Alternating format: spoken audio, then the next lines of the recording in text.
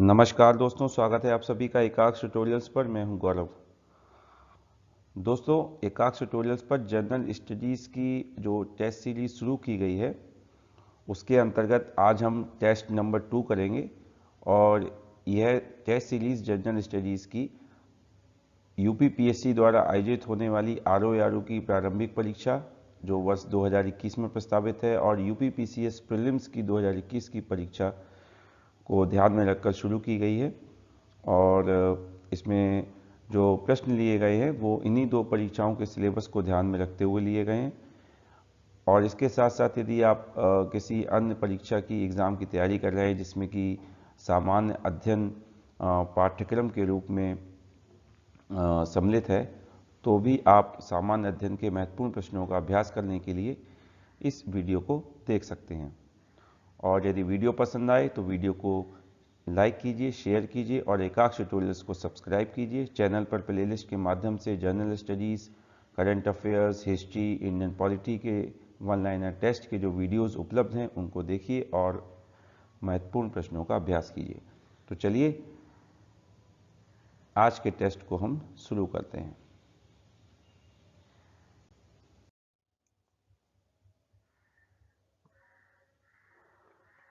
पहला क्वेश्चन है आज के टेस्ट का, नक्की झील भारत के किस राज्य में स्थित है? तो क्या होगा इसका आंसर, सोचिए, फिर मैं स्क्रीन पर आपको इसका सही आंसर बताता हूँ। नक्की झील भारत के किस राज्य में स्थित है? इसका आंसर है राजस्थान। यह झील राजस्थान के माउंट आबू में है, ठीक है, और राजस्थान की सबसे ऊंची झील भी है ये, ठीक है। क्वेश्चन नंबर 2, वर्ष 2001 से 2011 के दशक में भारत के किस राज्य की जनसंख्या वृद्धि दर सबसे कम रही? जनसंख्या वृद्धि की दर सबसे कम किस राज्य की रही जो 2001 से 2011 का दशक था? तो क्या होगा इसका सही आंसर, सोचिए। इसका सही आंसर है केरल। केरल की जो जनसंख्या वृद्धि दर रही वो सबसे कम थी, लगभग 4.9%। कितनी थी? 4.9%। ओके, अब अगला प्रश्न देखते हैं हम। इसका सही आंसर सोचिए क्या है क्वेश्चन नंबर 3 का। क्वेश्चन नंबर 3 है, भीमा किस नदी की सहायक नदी है? तो भीमा किस नदी की सहायक नदी है? सभी प्रमुख नदियों की सहायक नदियां आपको याद होनी चाहिए।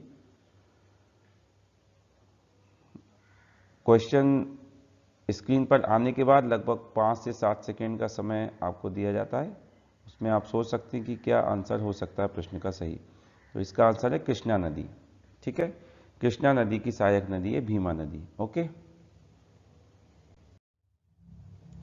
क्वेश्चन नंबर 4, गोविंद सागर झील किस नदी पर निर्मित की गई भारत की सबसे बड़ी कृत्रिम झील है? गोविंद सागर झील किस नदी पर निर्मित की गई भारत की सबसे बड़ी कृत्रिम झील है? अर्थात नदी का नाम बताना है जिस नदी पर यह झील जो है बनाई गई है। तो क्या आंसर है इसका? इसका आंसर है सतलज नदी। सतलज नदी पर गोविंद सागर झील निर्मित की गई है। और यह किस राज्य में है यदि पूछा जाए तो आंसर होगा पंजाब। पंजाब में है ये। ओके, क्वेश्चन नंबर 5, भारत में सर्वाधिक लौह अयस्क किन चट्टानों से प्राप्त होता है? किस प्रकार की चट्टानों से प्राप्त होता है? जैसा कि आप जानते हैं कि कई तरह की जो चट्टानें हैं इनको हम जानते हैं कि कोडप्पा क्रम की चट्टानें, आर्कियन चट्टानें, धारवाड़ क्रम की चट्टानें, ठीक है। तो इनमें से किससे लौह अयस्क सबसे अधिक मात्रा में प्राप्त होता है? इसका आंसर है धारवाड़ क्रम की चट्टानें। धारवाड़ क्रम की चट्टानों से सर्वाधिक मात्रा में लौह अयस्क की प्राप्ति होती है। अगला प्रश्न, क्वेश्चन नंबर 6 का सही आंसर सोचिए क्या हो सकता है सही। सर्वाधिक प्राचीन एवं प्रामाणिक स्मृति कौन सी है? कौन सी स्मृति सबसे अधिक प्राचीन, पुरानी है और प्रामाणिक भी है? तो इसका क्या आंसर होगा? इसका आंसर है मनुस्मृति, ठीक है। मनुस्मृति सर्वाधिक प्राचीन भी है और प्रामाणिक भी है। क्वेश्चन नंबर 7 है आज के इस टेस्ट का। द्वितीय संगम का आयोजन कहाँ हुआ एवं इसको किस वंश के शासकों ने संरक्षण प्रदान किया था? तो द्वितीय संगम का आयोजन कहाँ हुआ था? क्या होगा इस प्रश्न का सही आंसर? इस प्रश्न का सही आंसर है कपाटपुरम। कपाटपुरम या कपाटपुरम भी कह सकते हैं इसको। यहाँ पर इसका द्वितीय संगम का आयोजन हुआ था और पांड्य वंश के शासकों ने संरक्षण प्रदान किया था। और यदि पूछा जाए प्रश्न में कि किसने अध्यक्षता की थी द्वितीय संगम की, तो इसका आंसर होगा अगस्त्य ऋषि। अगस्त्य ऋषि ने इसकी अध्यक्षता की थी। और न केवल द्वितीय संगम की बल्कि पहले संगम की अध्यक्षता भी अगस्त्य ऋषि ने ही की थी। ओके, अगला प्रश्न देखिए, उसका सही आंसर सोचिए क्या हो सकता है सही। क्वेश्चन नंबर 8, बहमनी साम्राज्य के किस शासक ने राजधानी को गुलबर्गा से बीदर स्थानांतरित कर दिया था?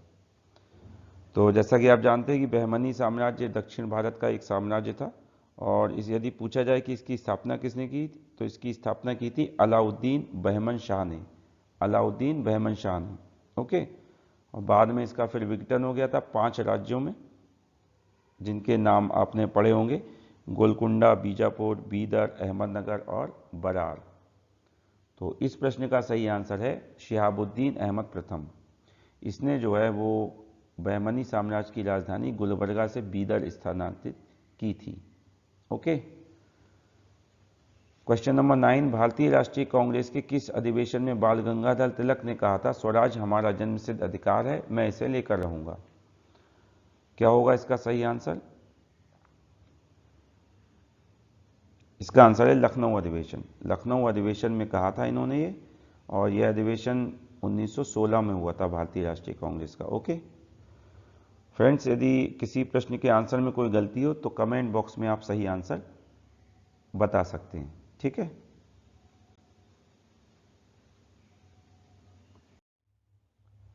क्वेश्चन नंबर 10, सूची 1 को सूची 2 के साथ सुमेलित कीजिए। देखिए क्या है इसमें, सूची 1 में दिया हुआ है और सूची 2 में, इसको आपको सुमेलित करना है। देखिए विद्रोह के नाम दिए हुए हैं जो प्राचीन उसमें ब्रिटिश भारत में जो विद्रोह हुए थे उनको आपको जो है सुमेलित करना है कि किस क्षेत्र में ये विद्रोह हुए थे, किस क्षेत्र से संबंधित थे। तो देखिए सूची 1 में पहले विद्रोह दिया हुआ है पावना विद्रोह, उसके बाद मोपला विद्रोह, फिर कूका विद्रोह, उसके बाद संथाल विद्रोह। सूची 2 में संबंधित स्थान दिए हुए हैं, लेकिन ये सुमेलित नहीं है, आपको सुमेलित करना है, ठीक है। केरल, बंगाल, बिहार और पंजाब। तो क्या होगा इसका सही आंसर? सोचिए। पावना विद्रोह, इसका समय भी पूछा जा सकता है, ठीक है। ये विद्रोह किन वर्षों में हुए यह भी सुमेलित करने के लिए आ जाता है, तो आपको पता होना चाहिए। जैसे मोपला विद्रोह है, यह 1921 में हुआ। कूका विद्रोह 1840 में प्रारंभ हुआ, 1872 तक ये समाप्त हुआ था, ठीक है। कूका विद्रोह। संथाल विद्रोह 1855 ईस्वी में हुआ लगभग। तो इसका आंसर होगा ए का 2, अर्थात पावना विद्रोह का संबंध किससे? बंगाल से, बंगाल में हुआ था ये। मोपला विद्रोह जो है वो केरल में हुआ। कूका विद्रोह पंजाब से संबंधित था, ठीक है। और संथाल विद्रोह बिहार से संबंधित था, ठीक है। तो यह इसका सही जो है आंसर है। Okay, question number 11, Cape Horn अंतरीप किस देश में स्थित है? केप हॉर्न अंतरीप, तो कहां स्थित है ये? यह स्थित है दक्षिण अफ्रीका में, ठीक है, दक्षिण अफ्रीका में। ओके फ्रेंड्स, यदि किसी प्रश्न के आंसर में कोई गलती हो, त्रुटि हो, तो आप जो है सही आंसर कमेंट बॉक्स में बता सकते हैं, ठीक है। क्वेश्चन नंबर 12 है आज के टेस्ट का। भारत में पेट्रो रसायन के उत्पादन का सबसे बड़ा केंद्र कहां स्थित है? क्या होगा इसका सही आंसर? सोचिए, फिर मैं स्क्रीन पर आपको सही आंसर बताता हूं इस क्वेश्चन का। इसका आंसर है जामनगर। जामनगर किस राज्य में? गुजरात में। ओके, क्वेश्चन नंबर 13, तिलैया बांध किस नदी पर बनाया गया है? तो किस नदी पर बनाया गया है तिलैया बांध? क्या है इसका आंसर सही? इसका आंसर है बराकर। बराकर नदी पर यह बांध स्थित है, तिलैया बांध। ओके। क्वेश्चन नंबर 14 का सही आंसर क्या होगा सोचिए। चंबल परियोजना किन राज्यों की संयुक्त परियोजना है? या इस तरह से पूछ सकते हैं कि किन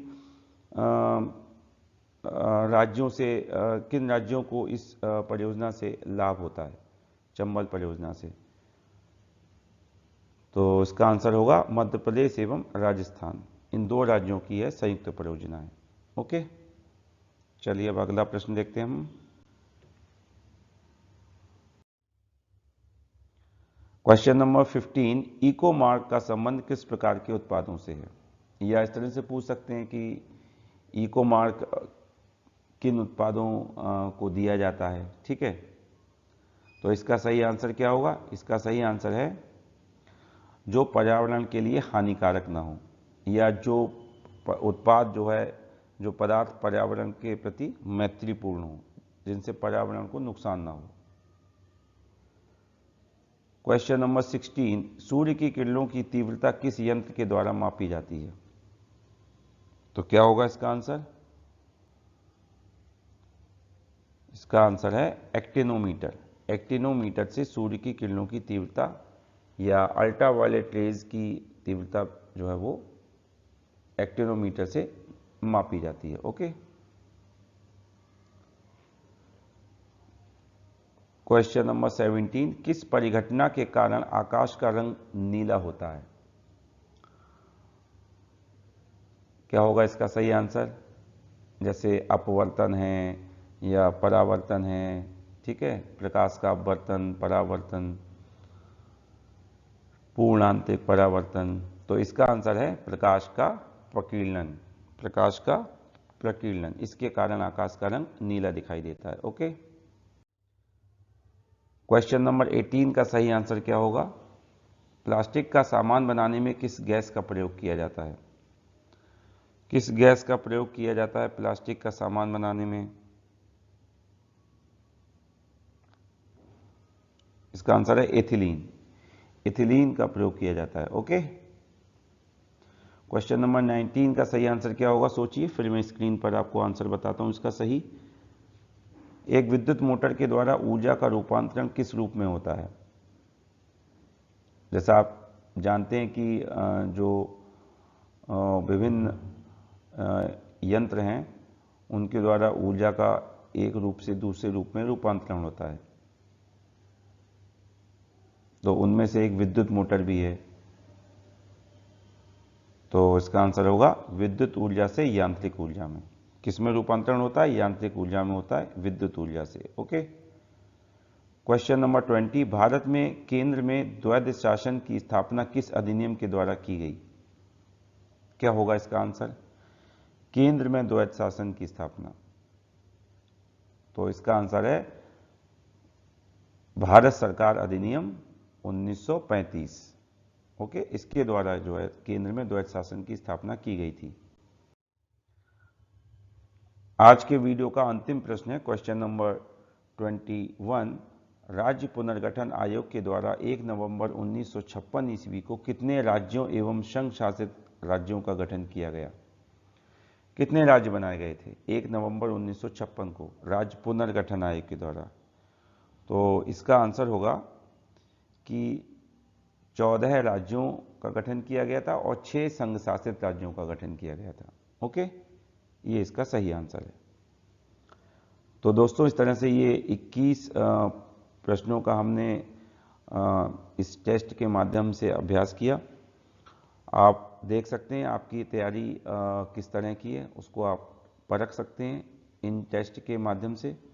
उम्मीद करता हूँ आपको वीडियो से लाभ होगा। यदि वीडियो पसंद आया हो तो वीडियो को लाइक कीजिए, शेयर कीजिए और एकाक्ष ट्यूटोरियल्स को सब्सक्राइब कीजिए। और चैनल पर जो वीडियोस उपलब्ध हैं करंट अफेयर्स के, जनरल स्टडीज़ के, वन लाइनर टेस्ट के, हिस्ट्री के, उनको आप जो है देखिए और महत्वपूर्ण प्रश्नों का अभ्यास कीजिए। और आरओ की तैयारी के लिए, यूपीपीसीएस प्रीलिम्स की तैयारी के लिए, यूपीएसएससी द्वारा आयोजित होने वाली पीईटी की परीक्षा के लिए आप एकाक्ष ट्यूटोरियल्स को सब्सक्राइब कर सकते हैं। तो मिलते हैं हम अगले वीडियो में, तब तक के लिए धन्यवाद।